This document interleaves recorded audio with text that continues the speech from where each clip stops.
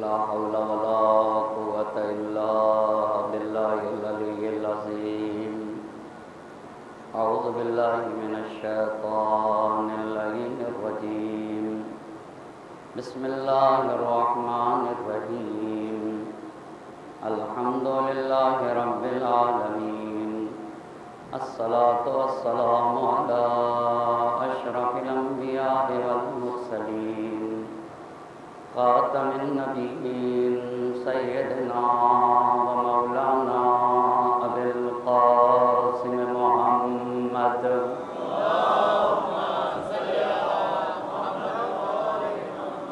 وعلى أهل بيته الطيبين الطاهرين المعصومين ولعنة الله على أعدائهم أجمعين أما بعد فقد قال الله سبحانه تبارك وتعالى في كتابه الحكيم وقوله الحق بسم الله الرحمن الرحيم التائبون العابدون الحامدون السائحون الراكعون الساجدون الآمرون بالمعروف والناهون عن المنكر صلی اللہ علیہ وسلم محمد.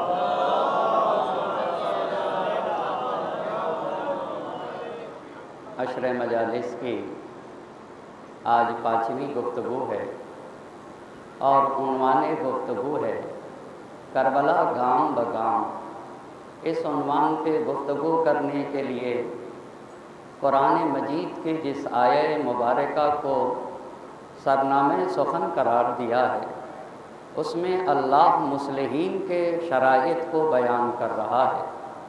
جو لوگ سماج اور معاشرے میں برائیوں کو ختم کرنے کی فکر رکھتے ہیں اور جو لوگ اچھائیوں کو عام کرنا چاہتے ہیں ان کے صفات و خصوصیات کا تذکرہ قرآن مجید اس طرح سے کر رہا ہے. التائبون، ان کی پہلی صفت یہ ہوتی ہے کہ جو انسان سماج اور معاشرے کو بدلنا چاہتا ہے اس کی پہلی صفت یہ ہوتی ہے کہ وہ اپنے خالق اور مالک سے جڑا ہوتا ہے. آب توبہ سے اپنے وجود کو پاک و پاکیزہ بناتا ہے. یہ پہلی شرط ہے. العابدون، اور وہ صرف اور صرف اپنے مالک کی عبادت کرتا ہے، اپنے رب کی پرستش کرتا ہے اور اپنے خالق و مالک ہی کو لائق عبادت سمجھتا ہے. الحامدون، ان کی تیسری صفت یہ ہوتی ہے کہ وہ صرف اور صرف اپنے پروردگار کی حمد و ثنا کرتے ہیں اور اپنے رب ہی کو لائق ہم سمجھتے ہیں. السائحون، اور وہ کائنات کے ذرے ذرے میں اپنے خالق اور مالک کو دیکھا کرتے ہیں. الراکعون، اور رکوع میں جا کر وہ یہ کہتے ہیں سبحان ربی العظیم و بحمدہ، میرا پروردگار عظیم ہے، وہ عظمتوں کا مالک ہے، اس میں کسی طرح کی کوئی کمی نہیں، وہ ہر عیب سے منزہ ہے اور میں اس خالق و مالک کی حمد و ثنا کرتا ہوں. الساجدون، اور سجدے میں جا کر یہ کہتے ہیں سبحان ربی الاعلی و بحمدہ، میرا پروردگار بلند و باعلیٰ ہے، میں اعلیٰ پروردگار کی حمد و ثنا کرتا ہوں جس کے یہاں کسی طرح کا کوئی عیب نہیں پایا جاتا، نہ کسی طرح کا کوئی عیب ہے، نہ کوئی کمی ہے، نہ ہی کسی طرح کا اس ذات کے یہاں عیب و کمی پائی جائے. اس بلند و بالا پروردگار کی حمد و ثنا کرتا ہوں. ان 6 منزلوں پہ فائز ہو جانے کے بعد، تائب بننے کے بعد، عابد بننے کے بعد، حامد بننے کے بعد، سائح بننے کے بعد اور رکوع اور سجود کے منزل پر فائز ہو جانے کے بعد اب یہ سماج اور معاشرے میں نکلتے ہیں. الآمرون بالمعروف، اب یہ نکلتے ہیں سماج اور معاشرے میں اچھائیوں کو عام کرنا چاہتے ہیں، وَالنَّاهُونَ عَنِ الْمُنْكَرِ، اور سماج اور معاشرے سے برائیوں کو مٹانا چاہتے ہیں، وَالْحَافِظُونَ لِحُدُودِ اللَّهِ، اور یہ دین الہی کی حفاظت کی فکر کرتے ہیں۔ یہ شریعت محمد مصطفیٰ صلی اللہ علیہ وآلہ، یہ نبی گرامی کی شریعت کی حفاظت کرتے ہیں۔ وَبَشِّرِ الْمُؤْمِنِينَ، جب مصلحین ایسے ہوتے ہیں، جب تائب ہوتے، عابد ہوتے، حامد ہوتے، سائح ہوتے اور رکوع اور سجود کرنے والے ہوتے، اور ان منزلوں پر فائز ہونے کے بعد اب آتے ہیں سماج اور معاشرے میں اچھائیوں کو پھیلانا چاہتے، برائیوں کا خاتمہ کرنا چاہتے، تو ایسے ہستیوں کو قرآن نے مصلح کہا ہے۔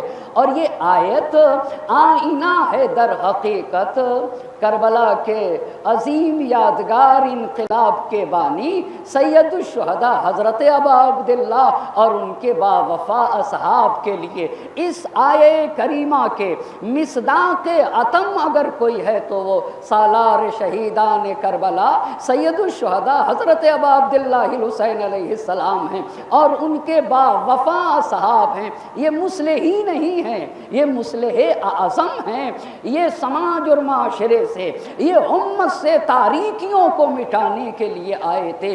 اسی لیے ان کا قیام اس لیے تھا جو دین کی صورت کو بگاڑ دیا گیا ہے، اس بگڑی ہوئی صورت کو اس کی اصلی صورت کے اوپر پلٹانے کے لیے آئے تھے، اور اسی کو بتانے کے لیے عنوان رکھا گیا ہے کربلا گام بگام، اور سلسلہ گفتگو یہاں تک پہنچا کہ نبی کی رحلت کے بعد پہلا انحراف سقیفہ، اور سقیفہ میں پہلے خلیفہ کو رسول کا خلیفہ مانا گیا، اور علی مرتضیٰ کو اہل بیت علیہم الصلاۃ والسلام سے ان کے حق کو چھین لیا گیا۔ یہ پہلا انحراف، اور جب یہ انحراف ہوا تو تین طرح کا ریئیکشن ہوا۔ پہلا ریئیکشن، کچھ لوگوں نے نبی ہونے کا دعویٰ کیا۔ دوسرا ریئیکشن کیا ہوا، کچھ لوگ واقعاً مرتد ہو گئے، اور ایک تیسرا بھی ریئیکشن تھا۔ وہ تیسرا ریئیکشن تھا کہ کچھ قبیلے ایسے تھے جو زکوٰۃ کو قبول رکھتے تھے، جو زکوٰۃ پر ایمان رکھتے تھے، مگر حکومت وقت کو نہیں مانتے تھے۔ وہ یہ کہتے تھے کہ یہ حق تو اہل بیت نبی کا حق ہے، اگر ہم زکوٰۃ دیں گے تو صرف اور صرف نبی کے اہل بیت کو دیں گے۔ نتیجے میں حکومت نے کیا کیا کہ بھئی ہم حکومت کو زکوٰۃ نہیں دیں گے۔ یہ حکومت کو نہیں مانتے تھے، زکوٰۃ پر ایمان رکھتے تھے۔ نتیجے میں حکومت نے یہ کہا کہ یہ مرتد ہو گئے، حکومت نے کہا کہ یہ مرتد ہو گئے۔ یہ بھی بات آپ کی خدمت میں عرض کر چکا۔ ہاں، امیر المومنین نے وہ قرآن بھی پیش کیا جس قرآن کی تفسیر نبی نے بیان کی تھی، اس قرآن کو بھی قبول نہ کیا گیا۔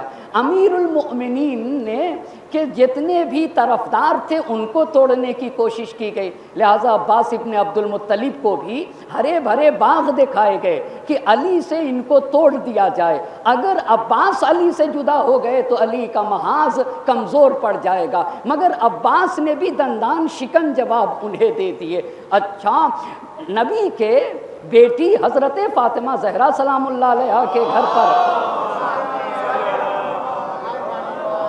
ہجوم حملہ کیا گیا، فدق کو غصب کیا گیا، یہ سارا پہلی حکومت میں ہوا۔ اتنی بات پہلی حکومت میں، اور یہ ساری باتیں کل تک آپ کی خدمت میں عرض کر چکا تھا۔ آج جن باتوں کو آپ کی خدمت میں بیان کرنا چاہوں گا اس میں پہلی بات یہ ہے کہ پہلی حکومت کے کارگزار کون تھے۔ بھئی ہر حکومت کے کارندے ہوتے ہیں نا، حکومت نمائندوں سے چلتی ہے، حکومت مأمورین سے چلتی ہے، حکومت کارگزاروں سے چلتی ہے۔ تو یہ پہلی بات عرض کرنا چاہوں گا، اس پہلی حکومت کے کارندے کون کون تھے، یہ پہلی بات۔ دوسری بات آج کی مجلس میں بتانا چاہوں گا کہ پہلی حکومت میں امیر المؤمنین کا کردار کیا رہا۔ آپ یقین مانیے، بہت توجہ کرنے کی ضرورت ہے، یہی محافظین دین و شریعت ہیں۔ امام کہتے ہی اسے ہیں، نبی اور امام میں اتنا فرق ہے کہ نبی دین لے کر آتا ہے، جو دین لے کر آئے اسے نبی کہا جاتا ہے، اور جو دین کی حفاظت کرے اسے امام کہا جاتا ہے۔ ایک صلوات پڑھ دے بر محمد اور آل محمد۔ تھوڑا سا مائک صحیح کر دیں، ایک اور صلوات پڑھ دیں، صحیح آواز نہیں آ رہی ہے، کھینچ رہے، ٹھیک ہے؟ ایک اور صلوات پڑھ دے بر محمد اور آل محمد۔ بس پہلی بات اسی ترتیب سے، پہلی بات اس حکومت کے کارندے کون تھے، دوسری بات امیر المومنین کا کردار کیا تھا، کیا اگر خلافت غصب کر لی تو کیا ذمہ داری ادا کی یا نہیں کی؟ ایک سوال ہے نا بھئی، اگر خلافت غصب ہوئی تو یہ تو امام ہے نا، حاکم رہیں تب بھی امام، منصب حکومت تک پہنچنے نہ دیا جائے تب بھی امام، یہ تو لے کر آتے ہیں، امامت کو تھوڑی چھینا جا سکتا ہے، بہت توجہ کرنے کی ضرورت ہے، یہ تو وہاں سے امام بن کے آتے ہیں نا۔ تو پہلی بات حکومت میں کارندے کیا تھے، دوسری بات کیا ہے، امیر المومنین کا کردار کیا تھا اس حکومت میں، تیسری بات ابو بکر نے اپنی زندگی کے آخری لمحات میں کیا کہا ہے، بہت توجہ کریے گا، زندگی کے آخری لمحات میں ان کے بیانات کیا تھے ابو بکر کے، یہ تین باتیں۔ چوتھی بات دوسرے خلیفہ کا تقرر کیسے ہوا، پانچویں بات دمشق کیسے فتح ہوا، چھٹی بات عراق کیسے فتح ہوا، اور ساتویں بات ایران کیسے فتح ہوا۔ ہاں، جتنی باتوں کو کوشش کروں گا اپنی باتوں کو سمیٹنے کے لیے، تاکہ اپنی منزل تک ہم اور آپ کو پہنچنا ہے۔ منزل کہاں ہے ہماری؟ سن 40 ہجری تک پہنچنا ہے۔ ایک صلوات پڑھ دے بر محمد اور آل محمد۔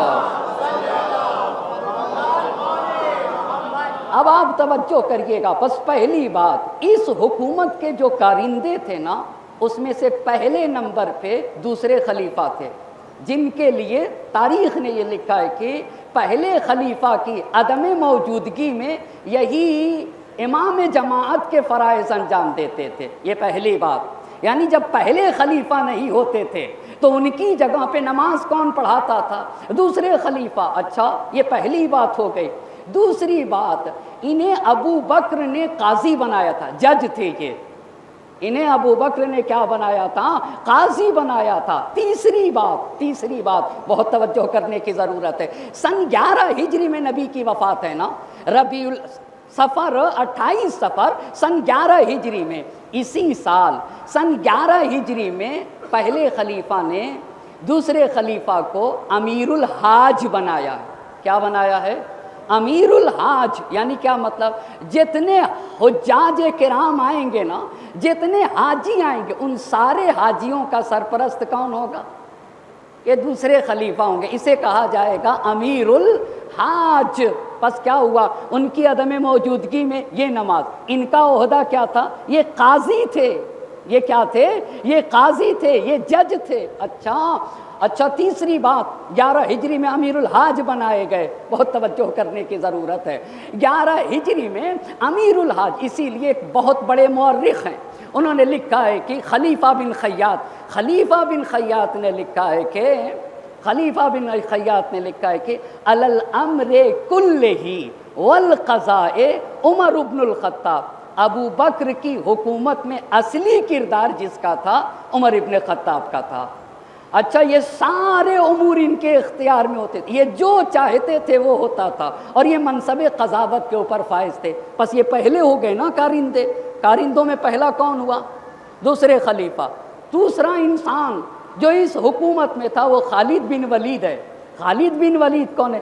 جس نے مالک بن نویرہ کو قتل کیا۔ مالک کہتے جا رہے تھے میں مسلمان ہوں، پھر بھی قتل کر دیا۔ قتل کرنے کے بعد ان کی بیوی کے ساتھ اس نے زنا کیا۔ صرف یہی نہیں کہ مالک کو قتل کیا ہو، ان کی بیوی کو زنا کیا۔ مرتدوں میں سے ایک گروہ کو جب اسیر کیا، اسلام میں جلانے کا حق نہیں ہے کسی کو، بھئی جو سزا ہے وہ سزا دینا چاہیے۔ مرتدوں میں سے اسیر کر کے زندہ جلا دیا گیا، اور اسی خالد بن ولید نے جلایا۔ جب خالد بن ولید نے جلایا، ابو بکر سے شکایت کی گئی کہ بھئی اس خالد بن ولید لوگوں کو عذاب دیتا ہے تو آگ کا عذاب دیتا ہے، اسے منع کرو۔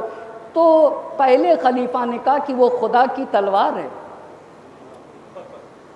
بہت توجہ کرنے کی ضرورت ہے۔ یہ بھی آپ غور کریے نا، آپ اس بات کا اندازہ لگائیے ماحول کیسا تھا۔ کتنا پرآشوب ماحول بنایا گیا تھا کہ تاکہ کوئی بھی آواز بلند نہ کر سکے، کوئی بھی آواز بلند نہ کر سکے۔ تو ادھر حضرت عمر تھے، ادھر خالد بن ولید ہے، تیسرا کون تھا؟ ابو عبیدہ۔ تیسرا کون ہے؟ ابو عبیدہ۔ ابو عبیدہ بھی بیت المال کی دیکھ ریکھ ابو عبیدہ کے ہاتھ میں تھی۔ اس کے بعد اسے دمشق کے فوج کا سالار سپہ سالار بنایا گیا۔ عمرو بن عاص بھی تھا، اور کچھ وہ لوگ تھے جو نبی گرامی کے زمانے میں، جیسے معاذ بن جبل، یہ لوگ بھی تھے، پر یہ اہم لوگ آپ کی خدمت میں عرض کیا۔ دوسرے خلیفہ خالد بن ولید، تیسرا انسان کون بتایا میں نے؟ ابو عبیدہ، اور چوتھا عمرو بن عاص۔ یہ ایک بات ہو گئی نا، یہ کارندے تھے پہلی حکومت میں۔ اب آئیے دوسرے سوال کے اوپر چلتے ہیں۔ دوسرا سوال کیا تھا؟ امیر المؤمنین علی علیہ السلام کا کیا کردار ہے؟ امیر المؤمنین علی علیہ السلام کا کیا کردار ہے؟ اسے جاننے کی ضرورت ہے۔ آپ کو پتہ ہے تاریخ سیاسی اسلام نے اس بات کو لکھا ہے کہ علماء اہل سنت کہتے ہیں کہ ابو بکر اہم مسئلوں میں حضرت علی سے مشورہ لیتے تھے۔ بہت توجہ کریے گا، قرآن کی ایک آیت ہے، افمن کان یہدی الی الحق، جو لوگوں کو راستہ دکھاتا ہے۔ بہت توجہ کریے گا، اس کا معنی میں یہ بتانا چاہتا ہوں۔ قرآن نے کہا ہر صاحب انسان کو ایک عقلی قاعدہ بتایا ہے۔ عقلی قاعدہ کیا؟ یہ بتاؤ راستہ بتانے والا رہنما ہوگا یا راستہ پوچھنے والا رہنما ہوگا؟ اللہ اللہ اللہ۔ بھائی راستہ بتانے بھی، جس کو آتا ہی نہ ہو وہ بتائے گا کیا؟ جس کو آتا ہی نہ ہو وہ بتائے گا کیا؟ راستہ پوچھنے والا رہنما نہیں ہوتا ہے، راستہ بتانے والا رہنما ہوگا۔ یہ قرآن کی آیت ہے، اور ایک قاعدہ عقلی کو بیان کر رہی ہے کہ راستہ پوچھنے والا رہنما نہیں ہوگا، راستہ بتانے والا رہنما ہوگا۔ امام ولو یہ کہ انہیں منصب خلافت سے الگ کر دیا گیا، مگر کیسی اپنی ذمہ داری ادا کی ہے۔ وہ خلیفہ اول کے زمانے میں بھی، خلیفہ دوم کے زمانے میں بھی، خلیفہ سوم کے۔ اچھا، تو علماء اہل سنت کیا لکھتے ہیں کہ حضرت ابو بکر اہم مسئلوں میں، بڑے بڑے امور میں مشورہ لیا کرتے تھے، اور علی مرتضیٰ کے مسئلے پر عمل بھی کرتے تھے۔ اور طبقات مالکیہ نے یہ بات لکھی ہے کہ ابو بکر نہیں چاہتے تھے کہ علی مدینہ چھوڑ کر کہیں چلے جائیں۔ کیوں بھائی؟ کیوں؟ اس لیے کہ انہیں علی کی سخت ضرورت تھی۔ بھائی جب نہیں آتا تھا تو کیوں بیٹھ گئے آپ؟ جب نہیں آتا تھا کہا وہ مدینے، یہ طبقات مالکیہ نے لکھا کہ وہ نہیں چاہتے تھے کہ علی مدینہ چھوڑ کے جائیں۔ اسی کو کہتے ہیں حق ہمیشہ چڑھ کے بولتا ہے۔ وہ نہیں چاہتے تھے علی مدینہ چھوڑ کر جائیں۔ کیوں نہیں چاہتے تھے؟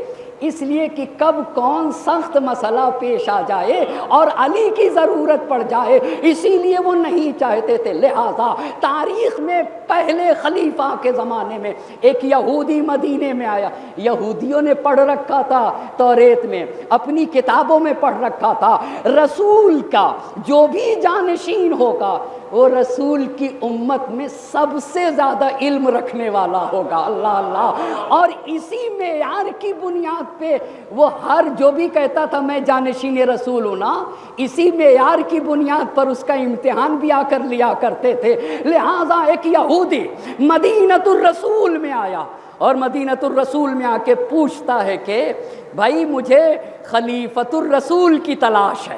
بہت توجہ کرنے کی ضرورت ہے، مجھے خلیفۃ الرسول کی تلاش ہے۔ تو لوگوں نے رہنمائی کی، پہلے خلیفہ کے پاس رہنمائی کی، کہا یہی خلیفۃ الرسول ہیں۔ اب وہ پہلے خلیفہ ابو بکر کے پاس پہنچا، وہ یہودی کے ذرا جملے سنیے گا۔ پوچھتا ہے کہ کیا آپ رسول اللہ کے جانشین ہیں؟ بہت توجہ کریے گا، کیا آپ رسول اللہ کے جانشین ہیں؟ تو انہوں نے کہا ہاں، یہ رسول کی محراب نہیں دیکھتے ہو، یہ رسول کی جگہ نہیں دیکھتے ہو؟ ہاں میں خلیفۃ الرسول ہوں۔ تو کہا اگر آپ خلیفۃ الرسول ہیں تو مجھے کچھ سوالات کے جوابات چاہیے۔ کہا اگر آپ، چونکہ انہوں نے توریت میں پڑھا تھا نا، جو رسول کا جانشین ہوگا وہ رسول کی امت میں سب سے زیادہ علم رکھنے والا ہوگا، کچھ سوالات کے جوابات چاہیے، بہت توجہ کرنے کی ضرورت ہے۔ کہا جو پوچھنا ہو پوچھو۔ اچھا، کہا جو پوچھنا ہو، بہت توجہ کریے گا۔ میرے مولا نے جب راہ خدا میں انگوٹھی دی تو انہیں بہت کھلا تھا، انہیں بہت کھلا تھا۔ ایک انگوٹھی دی تو آیت اتر آئی، آیت اتر آئی، اور آیت نے قصیدہ پڑھا۔ انہوں نے کئی انگوٹھیاں دے دی، کچھ اثر نہ ہوا۔ انہوں نے کئی انگوٹھیاں دے دی، کچھ اثر نہ ہوا، بہت توجہ کرنے کی ضرورت ہے، جانے قربان ہو جائیں۔ کہا آپ خلیفۃ الرسول ہیں؟ کہا ہاں ہاں، یہ رسول کی محراب نہیں دکھتی، یہ رسول کی مسند نہیں دکھتی۔ اچھا، تو کہا کچھ سوالات کے جوابات چاہیے۔ کہا جو پوچھنا ہو پوچھ لو۔ بس ایک مرتبہ اس نے کہا، بہت توجہ کریے گا، اخبرنی اما لیس للہ واخبرنی اما لیس عند اللہ واخبرنی اما لا یعلمہ اللہ۔ مجھے بتاؤ وہ چیز کون سی چیز ہے جو خدا کے لیے نہیں؟ بہت توجہ کریے گا، مجھے بتا دو وہ کون سی چیز ہے جو خدا کے لیے نہیں، وہ کون سی چیز ہے جو خدا کے پاس نہیں۔ کہا وہ کون سی چیز ہے جو خدا کے لیے نہیں، وہ کون سی چیز ہے جو خدا کے پاس نہیں، اور وہ کون سی چیز ہے جس کا علم خدا کو نہیں۔ بہت توجہ کریے گا، کہا وہ کون سی چیز جو خدا کے لیے نہیں، وہ کون سی چیز جو خدا کے پاس نہیں، اور وہ کون سی چیز ہے جس کا علم جی خدا کو نہیں ہے۔ اچھا، اب سنیے گا، جو ٹیچر، یہ آپ ٹیچروں میں بھی آپ ایک اندازہ لگائیے گا، میں نے ایک تجربہ کیا ہے، دیکھا ہے کون ٹیچر زیادہ مارتا ہے۔ مارنے کا رواج جب پہلے تھا شاید اب ختم ہو۔ جس ٹیچر کو جتنا کم آتا ہے اس سے جب سوال کریے اور جب اس کو جواب نہیں بنتا ہے، کہتا ہے کہ بدتمیزی کرتے ہو، گستاخی کرتے ہو، اور ایسے ڈانٹ کے اسے بیٹھا دیتا ہے، بدتمیز، ایسے سوال کیے جاتے ہیں۔ حقیقت میں وہ اسے نہیں، وہ اپنی کمی کو چھپاتا ہے ڈانٹ کے۔ کچھ یہاں پہ بھی ایسا ہی ہوا، جب یہ کہا بتاؤ وہ کیا چیز ہے جو خدا کے لیے نہیں، وہ کیا چیز ہے جو خدا کے پاس نہیں، اور وہ کیا چیز ہے جس کا خدا کو علم نہیں، علم نہیں، تو کہتے یہ کافر ہو گیا، یہ بے دینوں جیسے سوال کر رہا ہے، اس کو یہاں سے بھگا دیا جائے۔ اللہ اللہ، یہ وہی ڈانٹ پھٹکار کی بات ہے۔ اچھا، اس کو یہاں سے دور کیا جائے۔ بے دینوں جیسے سوالات کرتے ہو تم، کافروں اور زندیقوں جیسے سوال۔ یہ انہوں نے کہا تو مسلمان بھڑک گئے۔ بھائی صاحب، علم کا جواب علم سے ہوتا ہے، ڈانٹ پھٹکار کے نہیں دیا جاتا ہے۔ علم کا جواب گالیوں سے نہیں ہوتا۔ اسی بات کو تو جوش نے کہا تھا، جہلا جب قلعے علم کو ٹھکراتے ہیں، بہت توجہ کریے گا، جہلا جب علم کی دلیل کو ٹھکراتے ہیں، جہلا، بہت توجہ کریے گا، علمی باتوں کو جہلا جب قلعے علم کو ٹھکراتے ہیں، علماء دین کو جب بیچ کے کھا جاتے ہیں۔ کہا جہلا جب قلعے علم کو ٹھکراتے ہیں، علماء دین کو جب بیچ کے کھا جاتے ہیں، سفہا دولت فانی پہ جب اتراتے ہیں، سفہا دولت فانی پہ جب اتراتے ہیں، جو حسینی ہیں وہ میدان میں نکل آتے ہیں۔ اللہ اللہ، جو حسینی ہیں وہ میدان میں نکل آتے، دھجیاں دامن دولت کی اڑا دیتے ہیں، باد سرسر کو چراغوں پہ نچا دیتے ہیں۔ اللہ اللہ، دھجیاں دامن دولت کی اڑا دیتے ہیں، باد سرسر کو چراغوں پہ نچا دیتے ہیں۔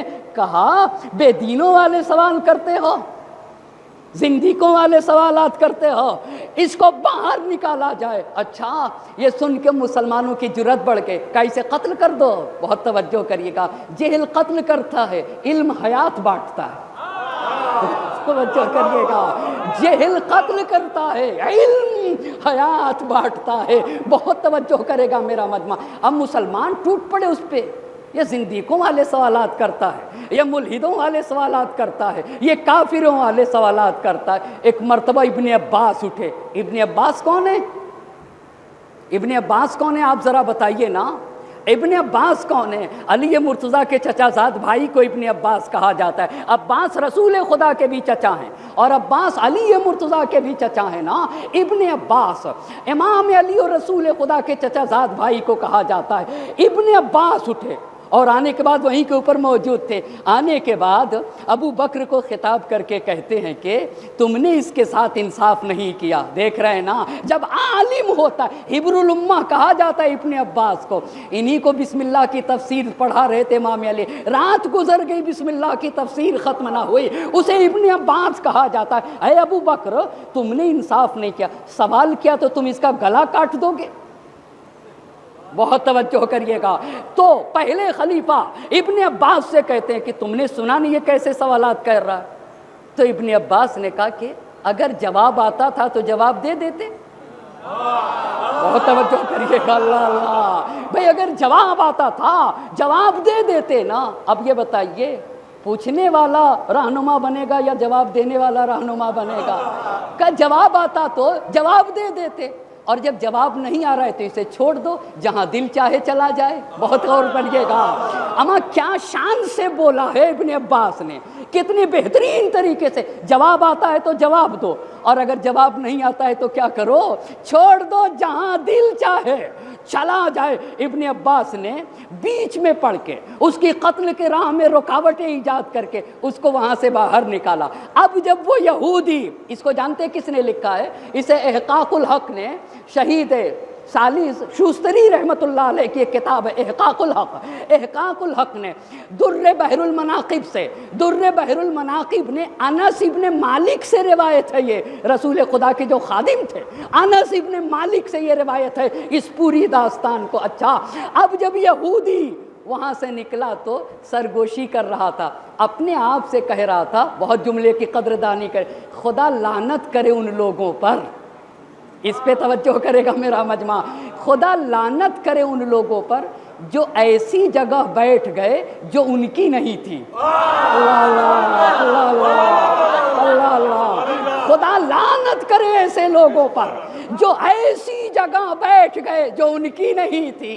اور وہ اس کے، یہ تاریخ میں پڑھ رہا ہوں، یہ تاریخ میں پڑھ رہا ہوں، یہ حقیقت ہے عزیزان محترم، جو ان کی نہیں تھی، جو ایسی جگہ بیٹھ گئے جو ان کی نہیں تھی، اس کے اہل نہیں تھے، یہ خون ناحق بہانا چاہتے ہیں۔ اللہ اللہ، اور پھر فریاد کر، یہ تو اپنے آپ سے کہہ رہا تھا، پھر فریاد کرنے لگا۔ آپ کو پتا ہے جب اسلام پہ وقت پڑا ہے نا تو ایک ہی گھرانہ کام آیا ہے، اور وہ بنی ہاشم کا گھرانہ ہے، وہ شجرہ طیبہ ہے نا۔ کیوں؟ اس لیے کہ خون خون ہوتا ہے، بلکہ فارسی کی مثل ہے، جگر جگرست دیگر دیگرست۔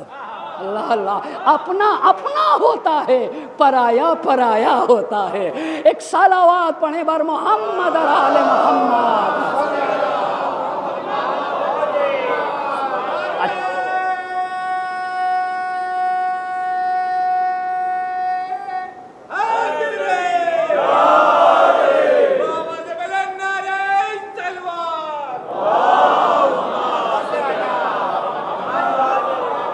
یہ تو اپنے سے کہہ رہا تھا، اب جب نکلا ہے نا تو فریاد کر رہا تھا، یا ایھا الناس ذہب الاسلام۔ بہت توجہ کریے گا، یا ایھا الناس ذہب الاسلام حتی لا یجیبوا عن مسئلۃ۔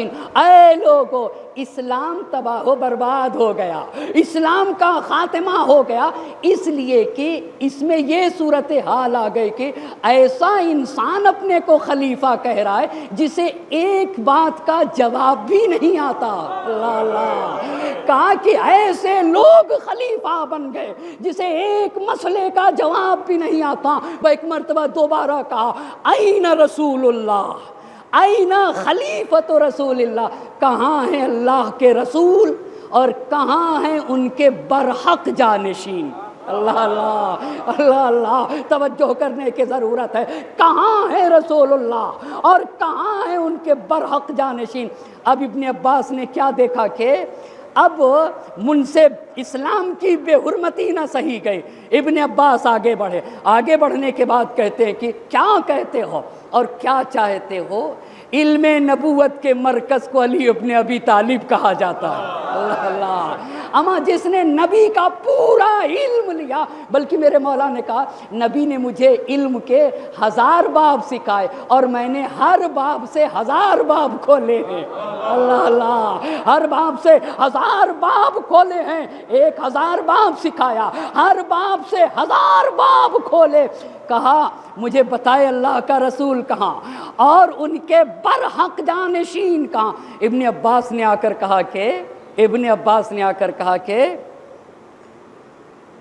علم نبوت کے مرکز علی ابن ابی طالب ہیں، آؤ علی کے پاس چلتے ہیں، آؤ علی کے پاس چلتے ہیں۔ اللہ اللہ، اب وہ لے کے چلے تو حضرت ابو بکر بھی پیچھے پیچھے، تمام بہت توجہ کرنے کی ضرورت ہے، پورا مجمع پیچھے پیچھے اس سے ملحق ہوئے، بیت علی مرتضیٰ پہ پہنچ گئے۔ اما کیوں نہ پہنچے؟ کہا جس کے وجود سے علم و معرفت کا چشمہ روا ہو اسے علی ابن ابی طالب کہا جاتا ہے، اسے علی ابن ابی طالب کہا جاتا ہے۔ مرد، اللہ اللہ، مرد کسے کہتے؟ مرد وہ ہیں جو پرے باطل کو قطر دیتے ہیں۔ اللہ اللہ، مرد وہ ہیں جو پرے باطل کو قطر دیتے ہیں، حق جو مانگے تو دل و جان و جگر دیتے ہیں۔ اللہ اللہ، حق جو مانگے تو دل و جان و جگر دیتے ہیں، شیر سا بھائی تو یوسف سا پسر دیتے ہیں۔ حسین کے بھائی کو عباس کہا جاتا ہے، حسین کے بیٹے کو علی اکبر کہا جاتا ہے، شیر سا بھائی تو یوسف سا پسر دیتے ہیں، ہاتھ بیعت کو بڑھاتے نہیں سر دیتے ہیں۔ اللہ اللہ، ہاتھ بیعت کو بڑھاتے نہیں، ہاتھ بیعت کو بڑھاتے نہیں سر دیتے، آتش مرگ میں بے خوف و خطر جاتے ہیں۔ اللہ اللہ، آتش مرگ میں بے خوف و خطر جاتے ہیں، آنچ عزت پہ جو آتی ہے تو مر جاتے ہیں۔ ایک صلوات پڑھیں بر محمد اور آل محمد۔ یہاں اب عزت کا مسئلہ ہے، آنچ عزت پہ جو آتی ہے تو مر جاتے ہیں، آتش مرگ میں بے خوف و خطر جاتے ہیں، آنچ عزت پہ جو آتی ہے تو مر جاتے ہیں۔ آگے شعر کہا ہے جوش نے، سورما فتنہ باطل کو مٹا دیتے ہیں، خون دہکے ہوئے ذروں کو پلا دیتے ہیں، اپنی گودوں کے چراغوں کو بجھا دیتے ہیں، اپنی چادروں کو اندھیروں میں سلا دیتے ہیں، اپنے چادروں کو اندھیروں میں سلا دیتے ہیں، مثل شبیر جو پیغام عمل دیتے ہیں، ایسے ہی لوگ زمانے کو بدل دیتے ہیں۔ ایک صلوات پڑھیں گے بر محمد اور آل محمد۔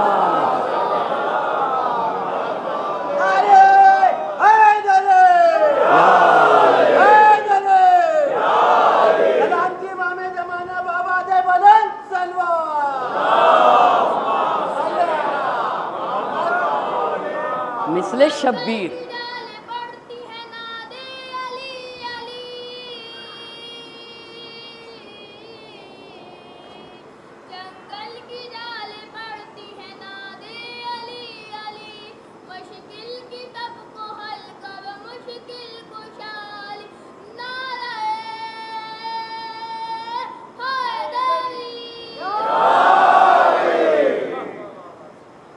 سورما فتنہ باطل کو مٹا دیتے ہیں، خون دہکے ہوئے ذروں کو پلا دیتے ہیں، اپنی گودوں کے چراغوں کو بجھا دیتے ہیں، اپنے چادروں کو اندھیروں میں سلا دیتے ہیں، مثل شبیر جو پیغام عمل دیتے ہیں، ایسے ہی لوگ زمانے کو بدل دیتے۔ پہنچے علی مرتضیٰ کے دروازے پہ، دروازہ کھلا، حضرت کے محضر میں سب کے سب پہنچ گئے، تو سب سے پہلے جس نے گفتگو کا آغاز کیا وہ پہلے خلیفہ، وہ کون ہے؟ پہلے خلیفہ۔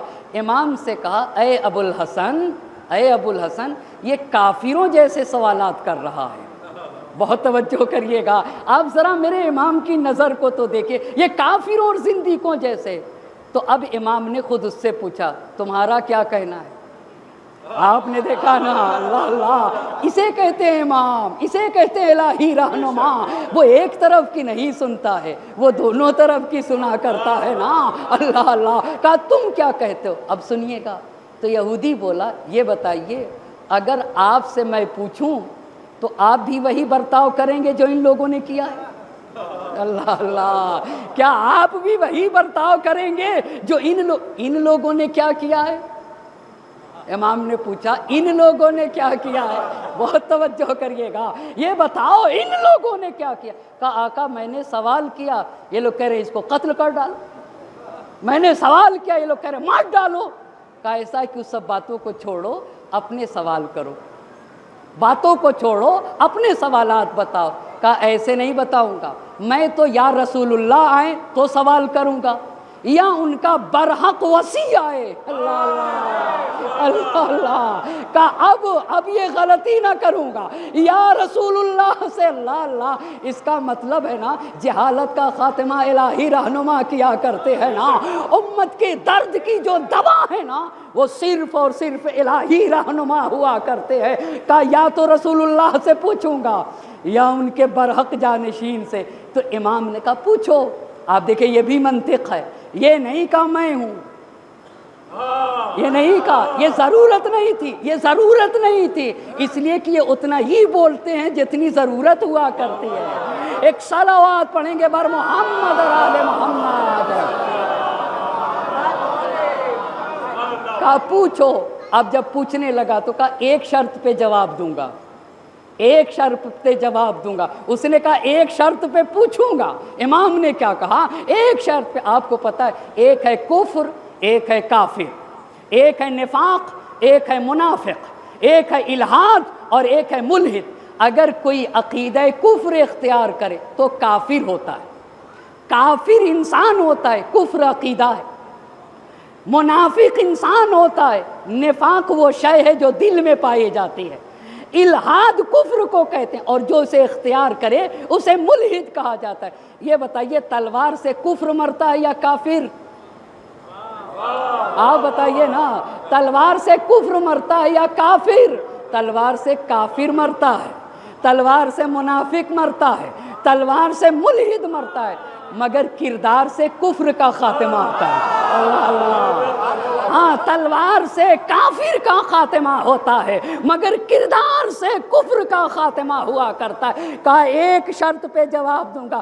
شرط کیا ہے؟ کہا شرط یہ ہے کہ انصاف کے ساتھ، اخلاص کے ساتھ اگر جواب مل گیا تو تجھے کہنا ہوگا اشہد ان لا الہ الا اللہ وان محمد رسول اللہ۔ ان کی دوستی بھی خدا کے لیے ہوتی ہے، ان کی دشمنی بھی خدا کے لیے ہوتی ہے۔ یہ نہ اپنے لیے کسی سے دشمنی کرتے اور نہ ہی اپنی خاطر کسی سے محبت کرتے ہیں۔ ایک صلوات پڑھیں گے بر محمد اور آل محمد۔ اچھا اب شرط دونوں طرف سے شرط پوری ہو گئی۔ کہا سوال کرو۔ کہا اخبرنی اما لیس للہ، وہ بتائیے جو اللہ کے لیے نہیں ہے۔ اب آپ بتائیے، وہ بتائیے جو اللہ کے لیے نہیں ہے۔ تو امام نے کہا کہ یہ تمہارا پہلا سوال ہے نا، اس کا جواب یہ ہے کہ خدا کے لیے ظلم و ستم نہیں ہے۔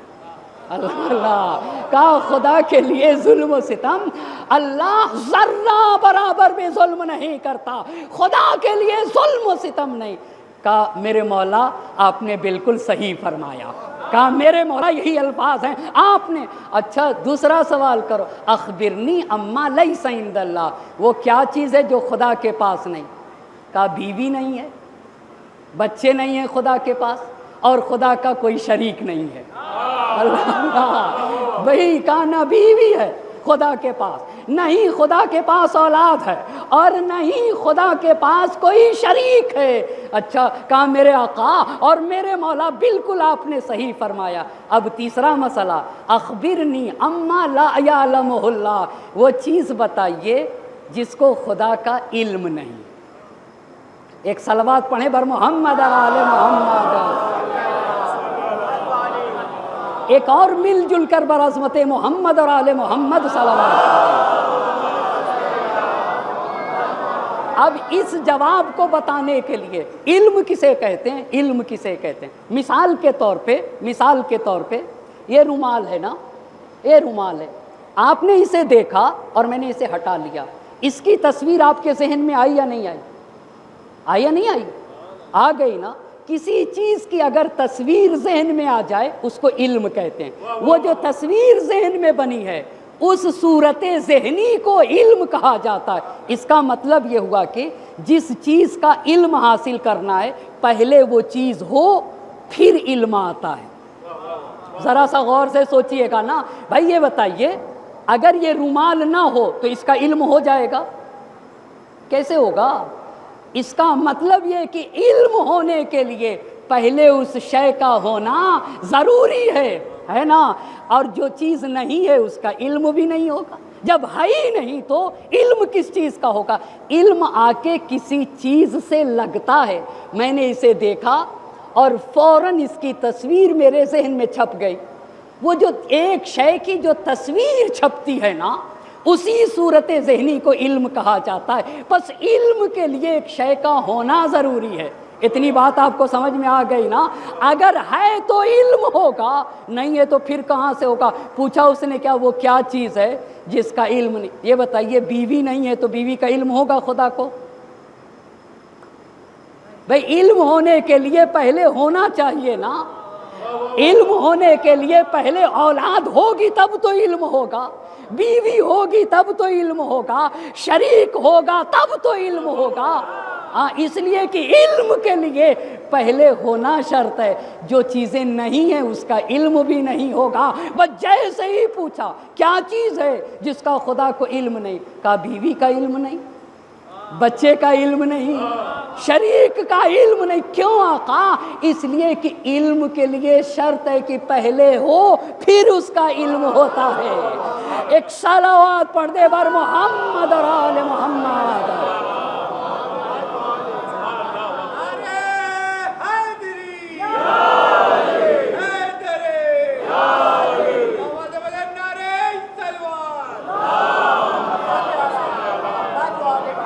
تو تینوں کا جواب ملا یا نہیں ملا؟ جی تینوں کا جواب ملا نا۔ ایک بات پھر آپ سے کہوں گا، ضرورت ہے اسی بات کے کہ فرش ازا سے عمیق باتیں کی جائیں جس سے انسان تھوڑا سا اپنے ذہن پہ بھی زور دے۔ ایسا نہ ہو کہ صرف میں سنی سنائی بات پڑھوں اور آپ کو ذرہ برابر بھی ذہن پہ زور نہ دینا پڑے۔ یہ ہمارے ساتھ اور ہماری امت کے ساتھ ظلم ہوا، ہمارے سماج اور معاشرے کے ساتھ یہ ظلم ہوا۔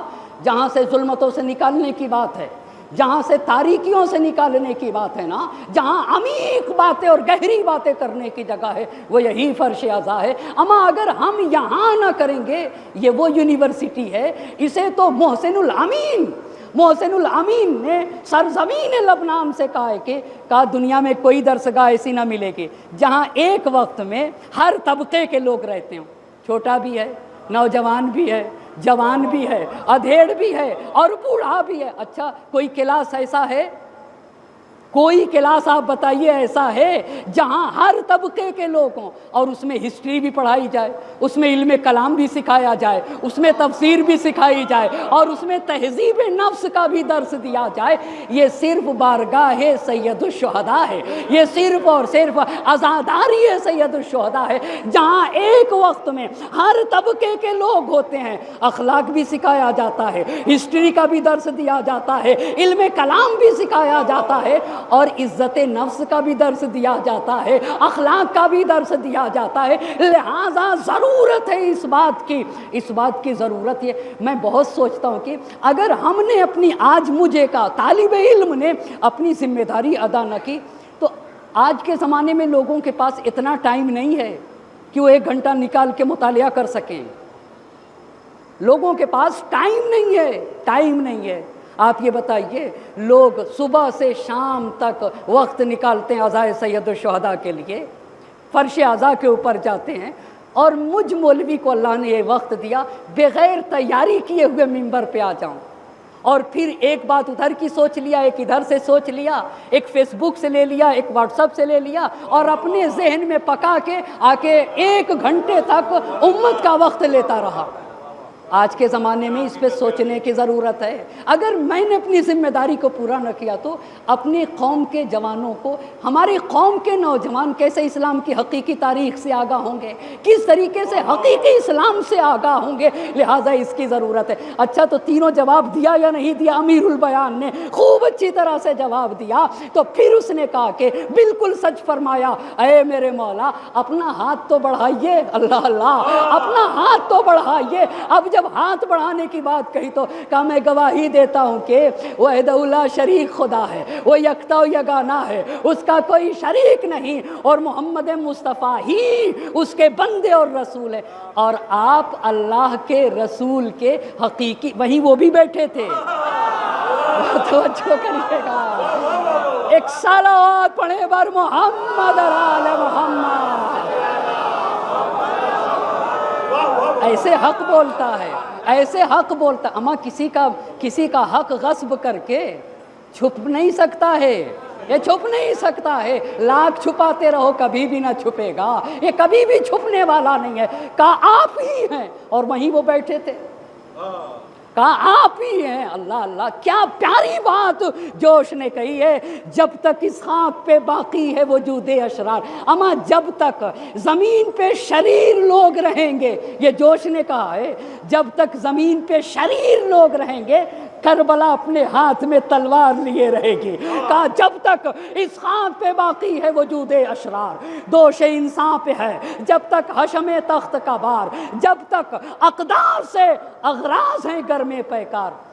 صاحبان علم یہاں پہ اشعار کی وضاحت کرنا یہ تہذیب کے خلاف بات ہے، یہ برا مانا جاتا ہے اگر کوئی انسان شعر کی وضاحت کرنے لگے، پر زمانے میں کرنا پڑ رہا ہے، اب کرنا پڑتا ہے کہ بھئی کچھ لوگ نہیں سمجھتے الفاظ کے معنی اور مفاہیم۔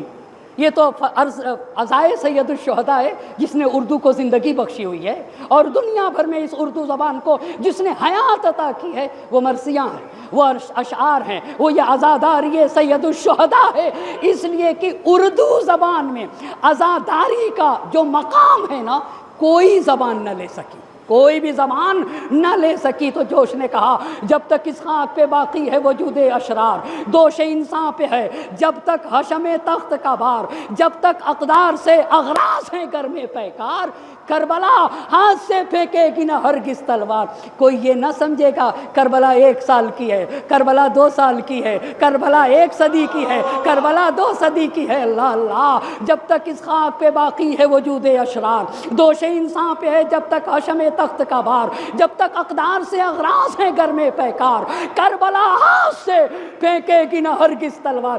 کوئی کہہ دے یہ حکومت کے نگہبانوں سے، کربلا ایک ابدی جنگ ہے سلطانوں سے،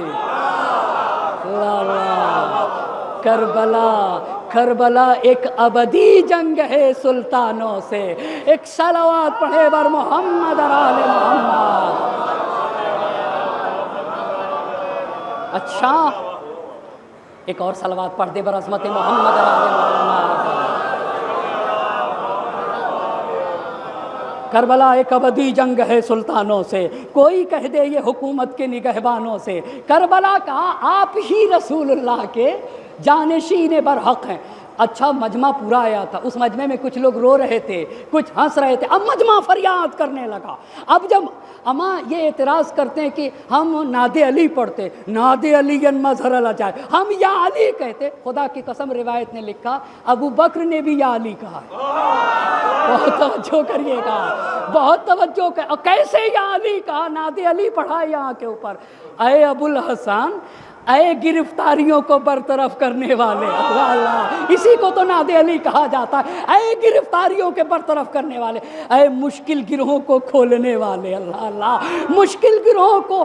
آپ کو پتا ہے کوئی بھی ہو، اللہ یہ روایت کے الفاظ ہیں، کبھی کبھی شیطان کی زبان پہ بھی حق جاری کراتا ہے، اللہ اللہ کہا شیطان کی زبان پہ بھی حق جاری، یہ روایت ہے، اس لیے کہ تاریخ انبیاء میں ہم نے پڑھا ہے شیطان آ کے حضرت نوح علیہ السلام کو نصیحت کر رہا تھا، کیا شیطان آ کے حضرت نوح علیہ السلام کو نصیحت کر رہا تھا. علماء نے لکھا شیطان کیسے نصیحت کر سکتا ہے؟ کہا کبھی کبھی حق بات اللہ شیطان کی زبان پہ بھی جاری کرتا ہے. ایک صلوات پڑھیں گے بر محمد اور آل محمد. اچھا تو کیا کہا؟ اے ابو الحسن، اے ابو الحسن، اے گرفتاریوں کو برطرف کرنے والے، اے گرفتاریوں کو، خدا کی قسم سید الشہداء کے فضیلت نہ تمام رہ جائے گی اگر امیر المومنین کے فضائل بیان نہ کیے گئے. آپ کو پتا ہے یعنی سید الشہداء کی عظمتوں کو بیان کرنے کے لیے پہلے امیر المومنین کی فضیلتوں کو بیان کرنا ہوگا اور حضرت فاطمہ زہرا کی عظمتوں کو بیان کرنا ہوگا. کیوں؟ اس لیے کہ حسین شہید نے، بہت توجہ کریے گا، 30,000 کی فوج کو خطاب کر کے کہا تھا الا وان الدعی یا ابن الدعی قد رکزنی بین اثنتین بین السلۃ والذلہ ہیہات من الذلہ یا اب اللہ ذلک لنا ورسولہ والمؤمنون وحجور طہرت وجدود طابت. ایک کوفیو اس نابکار ابن نابکار جس کے نہ باپ کا پتہ ہے، جس کی نہ ماں کا پتہ ہے، اما خدا کی قسم کوئی ہے جو 30,000 کے مجمع میں بلند آواز سے اونٹ پہ سوار ہو کے کہے اے کوفیو جا کے ابن زیاد سے کہہ دینا میرے بابا کو علی مرتضیٰ کہا جاتا ہے اور میری ماں کو فاطمہ الزہرا کہا جاتا ہے. ایک صلوات پڑھیں گے بر محمد اور آل محمد. اچھا کہا کہ ایک کوفیو وہ نابکار ابن نابکار مجھ حسین سے کہتا ہے یا ذلت یا جنگ ہوگی، جا کر اس سے کہہ دینا میں علی مرتضیٰ کی آغوش میں پلا بڑھا ہوں، میں نے اپنی ماں فاطمہ کا دودھ پیا ہے، مجھ سے میرے ماں کے دودھ کی طہارت کہتی ہے. حسین ذلت ہرگز نہیں. اچھا اے ابو الحسن، اے مشکلات کے برطرف کرنے والے، اے مشکل گروہوں کو کھولنے والے، یہ کہہ کے اٹھے پہلے خلیفہ. اب جب باہر آئے تو لوگوں سے وہی کہنے لگے جو پہلے بھی کہا تھا اور یہ وہی حق بات ہے، مجھے چھوڑو تمہارے درمیان علی ہیں. اللہ اما خود یہ کہہ رہے تھے میں لیاقت نہیں رکھتا ہوں خلافت کی، خود کہا انہوں نے مجھے چھوڑو علی تمہارے درمیان ہے. اللہ مجھے چھوڑو علی تمہارے درمیان. اتنے میں دوسرے صاحب آ گئے، انہوں نے سن لیا. دوسرے صاحب یہ کیا کہتے ہو؟ ہم نے تم کو چنا ہے.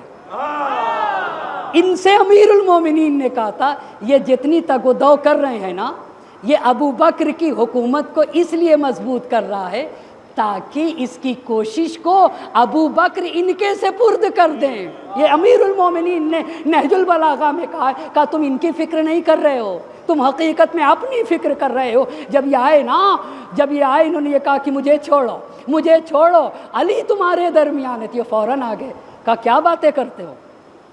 ابھی بتایا نا اصل میں سب یہ تھے ان کی حکومت. کیا باتیں کرتے ہو؟ ہم نے تم کو چنا ہے. ہم نے ان کو ممبر سے نیچے لے آئے اور واپس لے گئے. یہ تاریخ میں ایک مسئلہ کردار ہے.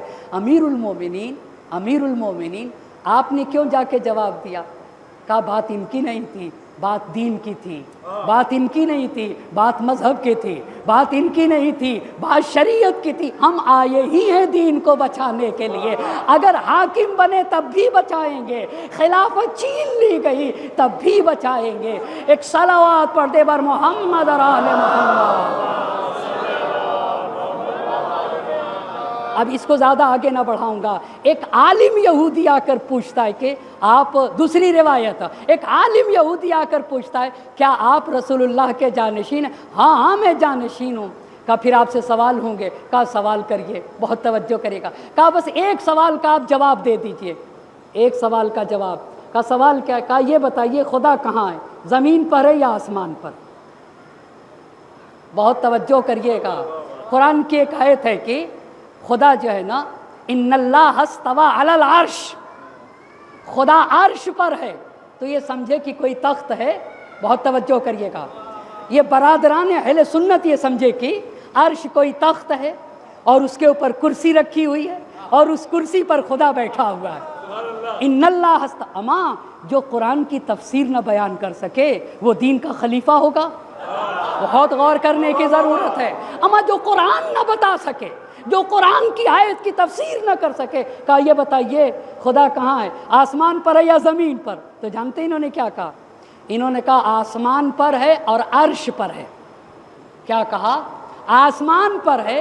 وہ جاہل نہیں تھے, انہیں توریت کا علم تھا, وہ پڑھے لکھے ہوئے لوگ تھے. انہوں نے کہا کہاں ہے؟ بہت غور کریے, یہ بتائیے اگر میں اس وقت یہاں ہوں تو وہاں نہیں ہوں. بہت توجہ کریے گا, اگر میں یہاں ہوں تو وہاں, آپ وہاں ہیں تو یہاں. فوراً اس نے منطق اور عقلی قاعدہ کہا کہاں کہہ رہے ہیں, کہاں ہے خدا؟ کہا آسمان میں عرش پہ ہے. کہا اس کا مطلب یہ ہے کہ زمین خدا سے خالی ہے. آپ بتائیے بھائی, کا اس کا مطلب یہ ہے کہ زمین, اس لیے کہ اگر ایک جگہ کہا آپ نے کہ ایک جگہ ہے تو دوسری جگہ نہیں ہوگا. اس کا مطلب یہ ہے کہ زمین خدا کے, جیسے اس نے کہا جب پھنس گئے پھر یہاں پھنسے اور اچھی طرح سے پھنسے. اور کیا ہے, اس لیے کہ آپ دیکھیں یہ منطق میں ہے نا, جس سے مناظرہ کرنا ہو سب کچھ پہلے اس سے پوچھ لو. کیا کیا پوچھا؟ آپ جانشین ہیں؟ ہاں میں جانشین ہوں.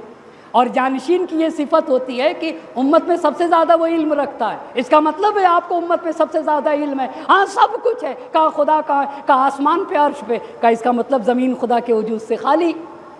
اب جواب نہ بن سکا, اب ان کا جواب نہ بن سکا. تو یہ کہنے لگے کہ یہ پھر وہی جواب, خدا کی قسم اسے ارشاد میں, الارشاد میں شیخ مفید رحمۃ اللہ علیہ نے اس روایت کو لکھا ہے. ان کی کتاب الارشاد, الارشاد میں شیخ مفید نے کہا جیسے ہی جواب نہ بن پڑا تو پہلے خلیفہ نے کہا اسے قتل کر دیا جائے, اسے قتل کر. ارے بھائی وہ سمجھنا چاہتا ہے, آپ سمجھا دیجئے نا آتا ہے, وگرنہ کہہ دیجئے کہ بھائی نہیں آتا ہے. ایک صلوات پڑھے بر محمد اور آل محمد. اتنا تو انصاف سے کام لے لیتے. بھائی نہیں آتا ہے, ہمارا حق نہیں تھا ہم نے لے لیا, نہیں آتا ہے پوچھ کے بتا دیتے, پوچھ کے بتا دیتے.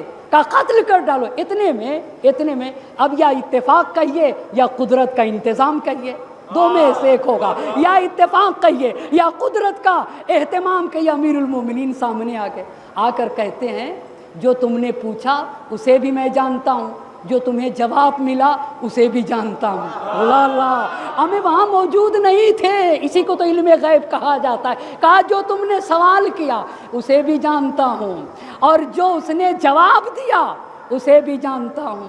دیکھو بات یہ ہے کہ نہ زمین تھی, نہ زمان تھا, نہ مکین تھا, نہ ہی کچھ بھی تھا. کان اللہ ہو ولم یکن معہ شیئا, نہ آسمان, نہ ستارے, اللہ اللہ, نہ سورج, نہ زمین, نہ زمان, نہ مکان, نہ جگہ, کچھ بھی نہیں تھا مگر میرا خالق تھا, میرا مالک تھا. آہستہ آہستہ اس نے مکان کو پیدا کیا, اس نے زمین کو پیدا کیا, اس نے آسمان کا فرش شامیانہ ڈالا, زمین کا فرش. وہ مکان کی حد میں نہیں آ سکتا, وہ تو ہر وہ شے جو کسی مکان میں ہوتی ہے اس کا اس کو علم ہے, ہر شے کی وہ تدبیر کرنے والا ہے. اچھا میرے امام نے کہا کہ وہ ہر جگہ, کیوں؟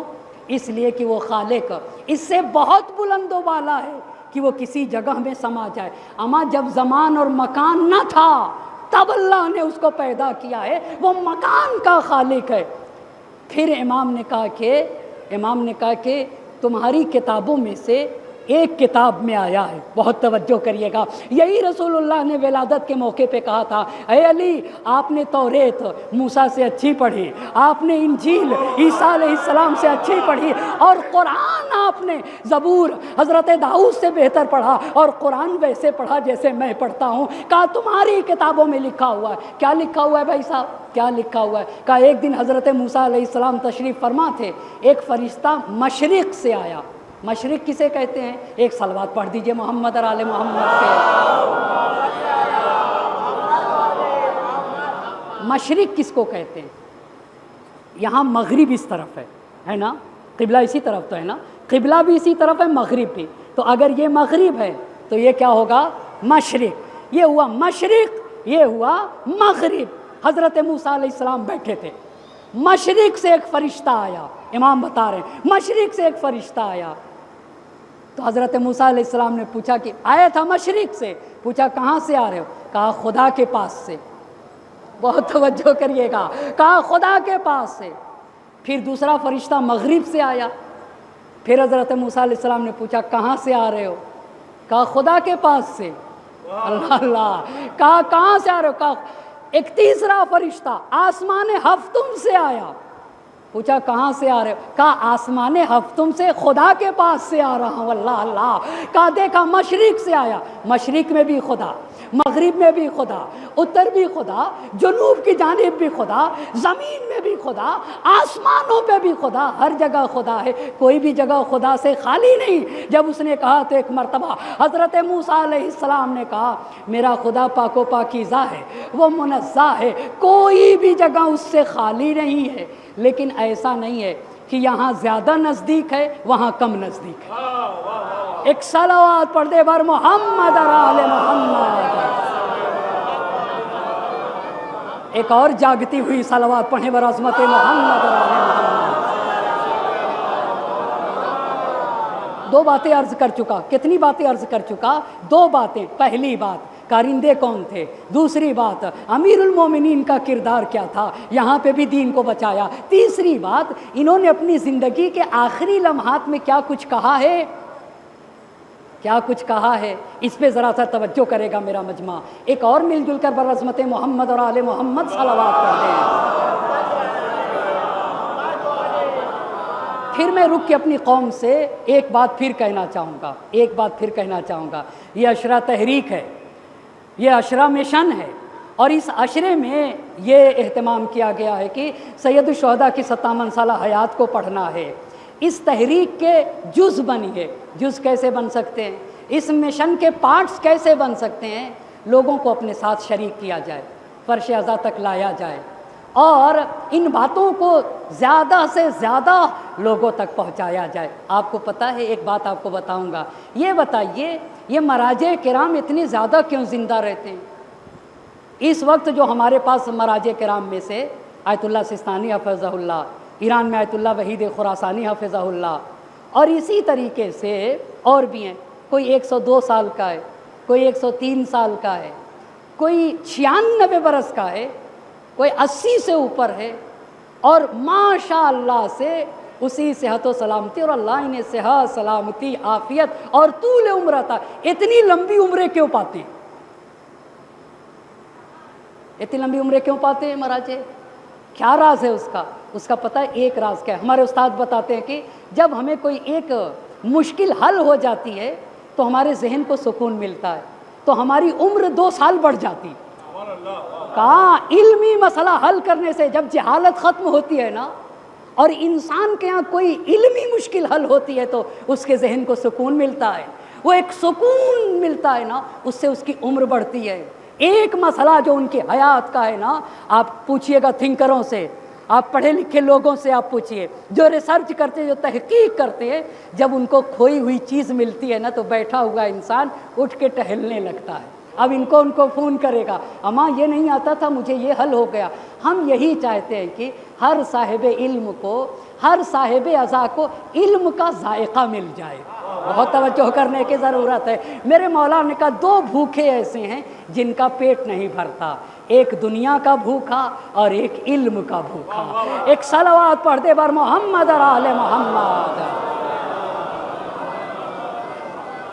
اچھا اب ہوا کیا کہ انہوں نے اپنی زندگی کے آخری لمحات میں کیا کہا؟ توجہ کریے گا، ایک ایک بات پہ غور کرنے کی ضرورت ہے۔ یہ بتائیے ابو بکر کی حکومت 2 سال کچھ مہینے رہی، کتنے؟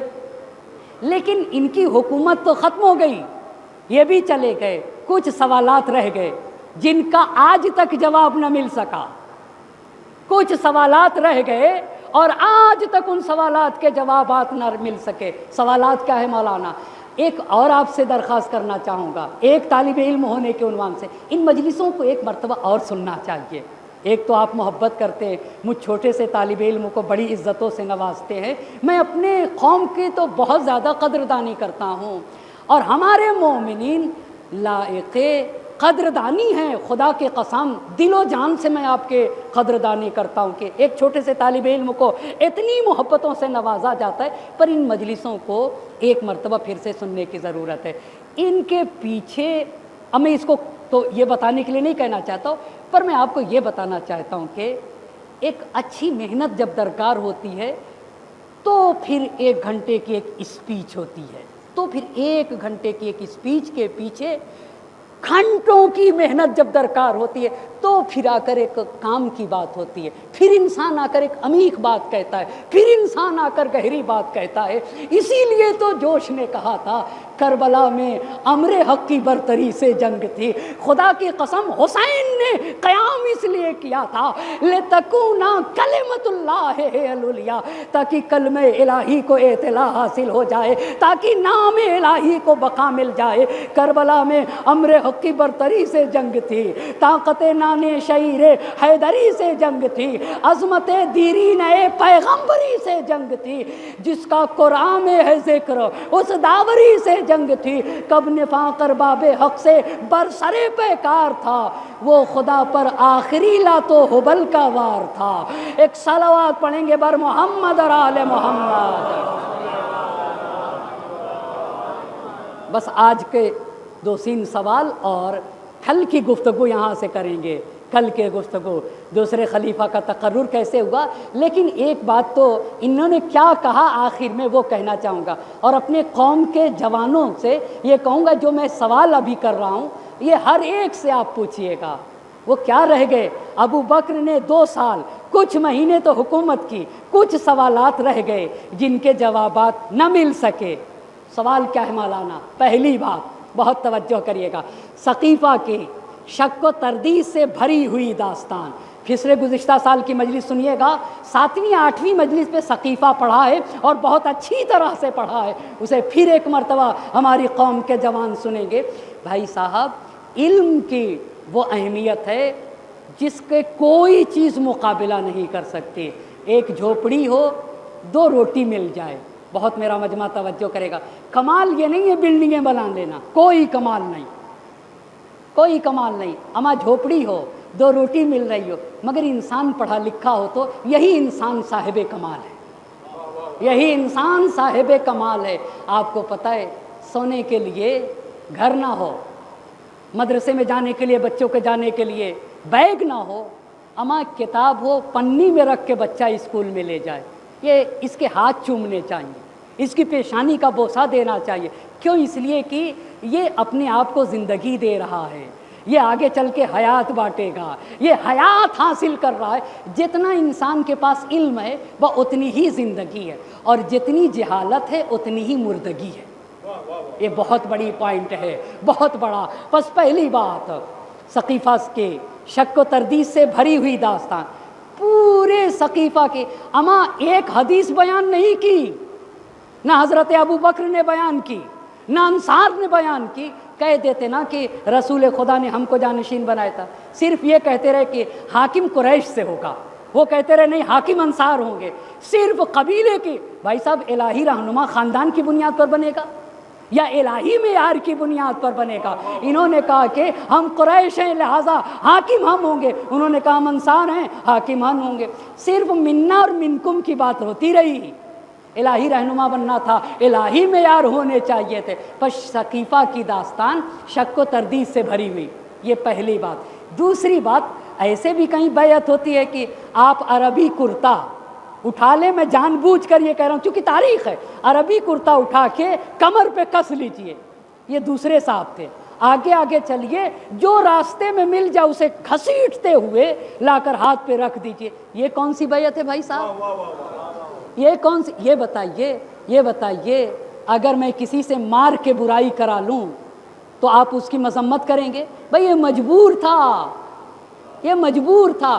مجبوری میں اگر کوئی عمل انجام دیا جائے تو اس پہ نہ عذاب ہوتا ہے نہ تعریف ہوتی، نہ سزا سنائی جائے گی نہ تعریف۔ تو بیعت ایسے ہوئی، پوری سقیفہ شک و تردید سے بھری۔ دوسری بات، بیعت بھی زبردستی لی گئی۔ تیسری بات، جگہ جگہ خلفاء نے کہا کہ ہم نے غلطی کیا، ہم سے لغزش ہو گئی۔ ابھی یہیں کے اوپر کہا ہمیں نہیں آتا. ابھی یہی جو ابھی پہلے بھی بات ہے, کہا بھئی ہم نہیں جانتے. یہ دین کو ڈوب جاتا دین اگر علی مرتضیٰ نہ ہوتے. بھئی اگر علی مرتضیٰ نہ ہوتے تو دین ڈوب جاتا. اس کے باوجود کہ سقیفہ شک و تردید سے بھرا ہوا, پہلی بات, بیعت بھی زبردستی لی گئی, دوسری بات, تیسری بات, اتنی لغزشیں کی, اور تمام لغزشوں کا ان لوگوں نے اعتراف کیا. سب نے اعتراف کیا یا نہیں کیا؟ ہاں کیا. اس کے بعد اب سوال ہے, اب آپ سارے لوگوں سے سوال, یہ بتائیے کیا رسول خدا کا جانشین, بہت توجہ کرے گا میں, پہلا سوال, رسول خدا کا جانشین نااہل ہوگا؟ آپ بتائیے مجھ سے نا, آپ بتائیے جو قیامت تک کے لیے دین لے کر آیا تھا. پہلا سوال. دوسرا سوال, دین میں سب سے بہترین دین کون ہے؟ اسلام. تو سب سے بہترین دین کا جو حکمراں اور خلیفہ ہوگا وہ نااہل ہوگا؟ آپ بتائیے, سب سے بہترین دین, اما جس دین میں دین اسلام اس لیے آیا ہے کہ قیامت تک کے مشکلات کا حل اس کے پاس ہے, تو وہی تو ہوگا جو قیامت تک آنے والے مشکلات کا جواب دے سکے. بس پہلا سوال, کیا رسول خدا کے جانشین نااہل ہوں گے؟ ابھی دیکھا نہ, کہا نہ کہ یہ نااہل ہیں, خود اس یہودی نے کہا یہ نااہل ہیں. یہ پہلا سوال. دوسرا سوال, سب سے بہتر دین کون ہے؟ اسلام ہے. کیا سب سے بہتر دین کے خلیفہ نااہل لوگ ہوں گے؟ یہ دوسرا سوال. تیسرا سوال, قرآن کی تفسیر جاہل کریں گے یا عالم کریں گے؟ آپ بتائیں نا, قرآن کی تفسیر جاہل کریں گے یا عالم کریں گے؟ چوتھا سوال, دینی رہنما کی ذمہ داری اہل کے حوالے کی جائے گی یا نہ اہل کے؟ بھئی دین کا مسئلہ ہے, دینی رہنما کی یہ سوال وہ ہیں جس کا آج تک کوئی جواب نہ دے سکا, جس کا آج تک, بھائی پوچھئے نا, رسول کا جانشین اہل ہوگا یا نہ اہل ہوگا؟ سب سے بہتر دین کا حاکم اور زمامدار اہل ہوگا یا نہ اہل ہوگا؟ قرآن کی مفسر, قرآن کا تفسیر اور قرآن کی تفسیر نہ اہل کے حوالے کی جائے گی. دینی رہنما کی ذمہ داری کیا نہ اہل کے حوالے کی جائے گی؟ یہ خود حضرت ابو بکر نے اعتراف کیا. کیا اعتراف کیا؟ بہت توجہ کریے گا. یعقوبی بہت بڑے اور بڑے مشہور مورخ ہیں. یعقوبی نے لکھا ہے, میں عربی متن پڑھ دوں نا ابو بکر کے, جو انہوں نے جملے کہے ہیں, عربی متن پڑھتا ہوں. لیتنی لم افتش بیت فاطمہ بنت رسول اللہ, میں نے حضرت فاطمہ جو رسول کی بیٹی ہیں ان کے دروازے پر حملہ کروایا. اے کاش میں نے نہ. یہ اعتراف ہے, یہ انہوں نے اعتراف کیا ہے بھائی صاحب, یہ انہوں نے اعتراف کیا ہے. وَأُدْخِلْهُ الرِّجَالِ, میں نے لوگوں سے کہا کہ چڑھائی کر دو, اے کاش چڑھائی نہ کیا ہوتا. تو اگر اتنی بات سمجھ میں آ رہی تو ابھی کیوں نہیں چھوڑ کے ہٹ جاتے؟ ہٹے بھی نہیں, اور اپنے بعد حضرت عمر کو بنا بھی رہے ہو. بہت توجہ کریے گا, سارے راز کو پہچاننے کی ضرورت ہے. کہا میں نے بیت فاطمہ پہ حملہ کروایا, میں نے لوگوں کو بھیجا کہ لوگ جا کر دروازے فاطمہ پہ چڑھائی کریں. وَلَوْ كَانَ أُغْلِقَ عَلَى حَرْبٍ, جبکہ فاطمہ کے گھر کا دروازہ ہمارے خلاف بند تھا, مگر اس کے بعد بھی ہم نے چڑھائی کر دی. اور اتنے مرحلے کے بعد اب انہوں نے عثمان کو بلایا, اور عثمان کے بعد اپنی وصیت, یہیں سے ہماری گفتگو, کل کی گفتگو یہیں سے شروع ہو جائے گی انشاءاللہ المستعان. مگر عزیزان محترم, یہ ماہ اذا ہے, یہ ماہ محرم ہے, یہ ماہ گریہ و بکا ہے, یہ سید الشہداء کی مظلومیت پر آنسو بہانے کے دن ہیں, آنسو بہانے کے دن ہیں, آنسو بہانے کے دن ہیں. حسین پہ رو, حسین کے اصحاب پہ رو. علماء کہتے ہیں کہ دیکھو ایسا نہ ہو محرم میں کہ جب دوسرا مصائب پڑھے تبھی رونا آئے.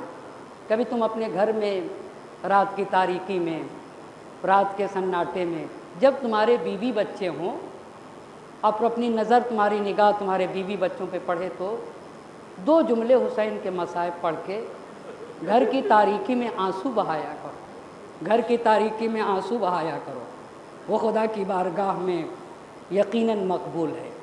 مقبول بارگاہ رب ہو جائے تو اس سے بڑا کوئی شرف نہیں ہے۔ خدا کی قسم 2 محرم کو زہرا کا لال کربلا میں پہنچ گیا، نرغ عادہ میں گھرا تو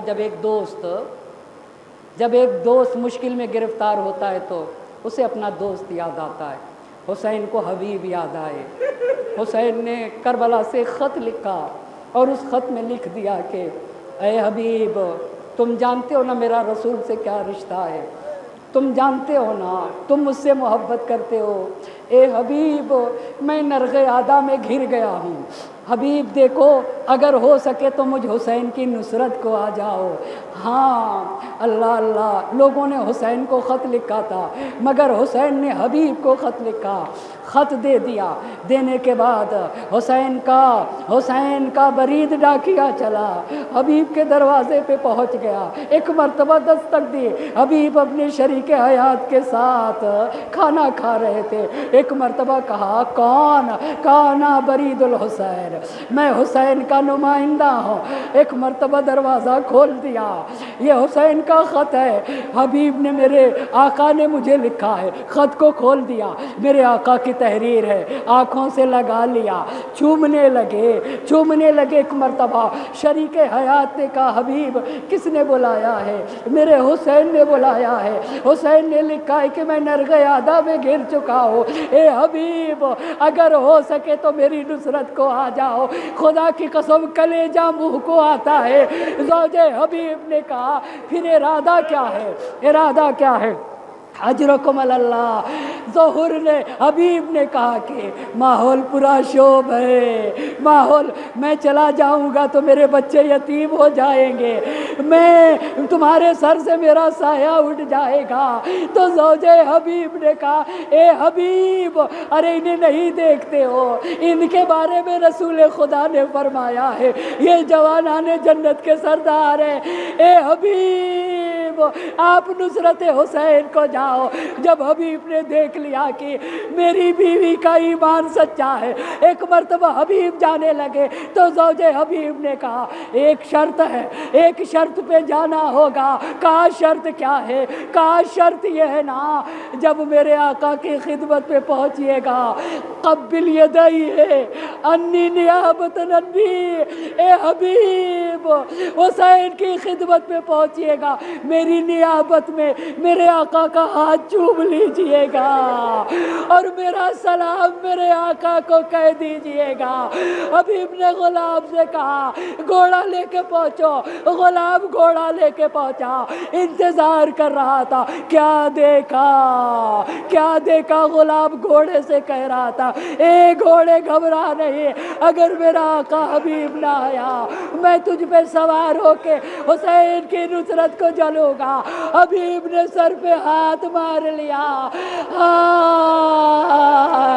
میرے حسین پہ ایسا وقت آ گیا، ارے غلام قربانی کے لیے تیار۔ حبیب گھوڑے پہ سوار ہوئے، غلام سے کہا تجھے راہ خدا میں آزاد کرتا ہوں۔ غلام نے کہا یہ ہو نہیں سکتا، اپنا کام تھا مجھے ساتھ رکھے رہے، مگر اب نصرت حسین کا مسئلہ آیا میں بھی ساتھ چلوں گا۔ اجرکم اللہ، حسین اللہ کسی غم میں نہ رلائے، میں بھی ساتھ چلوں گا۔ ایک مرتبہ حبیب نے گھوڑے کو ایڑ لگا لے، ادھر حسین انتظار کر رہے تھے، اے میرے ساتھیوں میرے بچپن کا دوست حبیب آ رہا ہے۔ حبیب آئے، ایک مرتبہ خیمے میں حبیب کے آنے کی آواز پہنچی۔ زینب نے پوچھا اے فضہ ارے کون آیا؟ بھیا کے دوست حسین آقا کے دوست حبیب آئے۔ اے فضہ حبیب کو ہمارا سلام پہنچا دو۔ ایک مرتبہ حبیب کو سلام پہنچا، سر پیٹ لیا، خاک کربلا اپنے چہرے پہ ڈالنے لگے۔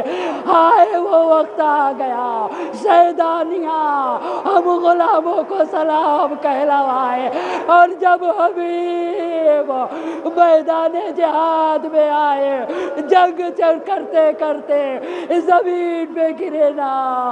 ایک مرتبہ راوی نے کہا بان الانکسار وجا وجہ الحسین، حسین کے چہرے پہ شکستگی کے آثار نمایاں تھے، اور حسین کہہ رہے تھے میرے بچپن کے ساتھی چلے گئے۔